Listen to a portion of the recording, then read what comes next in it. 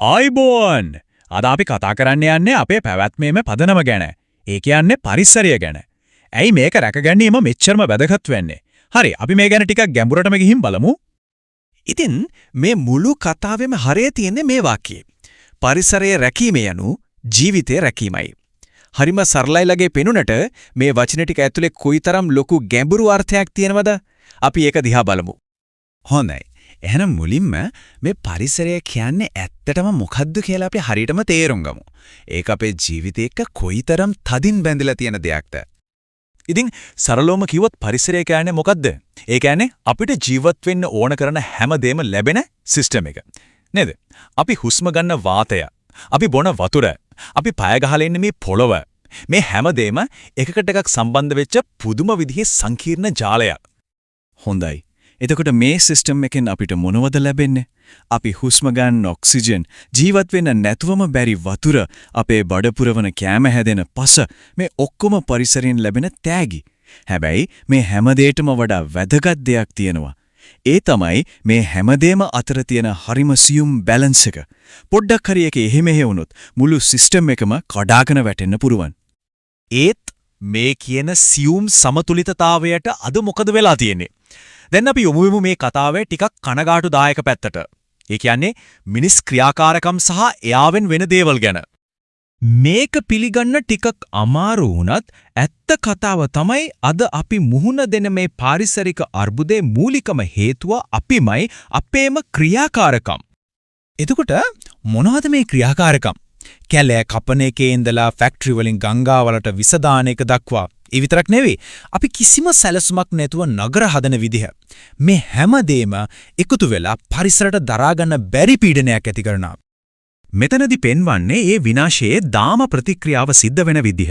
බලන්න මුලින්ම කර්මාන්ත ශාලාව වලින් විෂ වායු නිකුත් වෙනවා. ඊට පස්සේ මේ වායු ගිහින් වායුගෝලයේ හරිතාගාර ආචරණය කියන එක තවත් වැඩි කරනවා.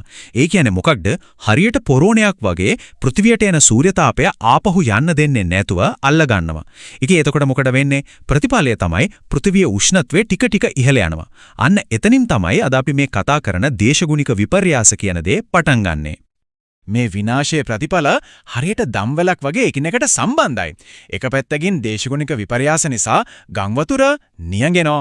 අනිත් පැත්තෙන් මුහුදු මට්ටම ඉහළ ගිහින් වෙරළබඩ ප්‍රදේශයේ යට වෙලා යනවා. මේ ඔක්කොම නිසා සත්තුන්ට ජීවත් වෙන්න තැන් නැති වෙලා යනවා.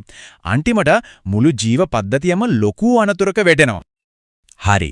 අපි ගැටලුව ගැන දැන් හොඳටම දන්නවා. ඒත් බලාපොරොත්තුවක් නැද්ද? අනිවාර්යෙන්ම තියෙනවා. දැන් අපි බලමු මේ தત્ත්වය වෙනස් කරන්න අපිට තියෙන විසඳුම් සහ ක්‍රියාමාර්ග මොනවද කියලා.